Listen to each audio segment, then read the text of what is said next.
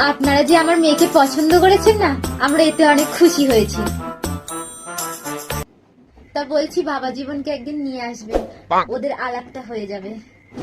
ও মা, সে কি বের আগে ছেলে মেয়ে এক লোকে দেখা করবে? ঠাকুর রক্ষা করো, রক্ষা করো।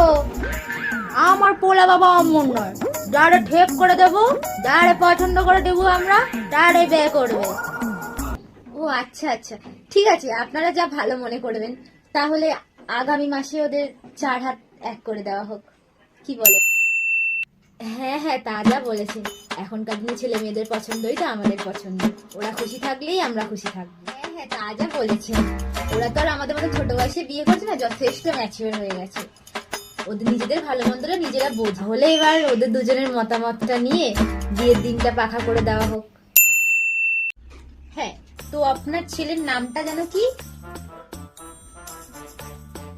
সঞ্জয়? সঞ্জয় সরকার? ও মাই গড। দেখুন, আমার মেয়ের নিশ্চয় নাম তো আপনারা সবাই শুনেছেন, অ্যাঞ্জেল 00 প্রিয়া, অনেক বড় ইনফ্লুয়েন্সার। হ্যাঁ, তো আপনার ছেলে যেন কি করে? আমার ছেলে তো সরকারি চাকরি করে। What? You mean job? Oh my god. How cheap. How dare you?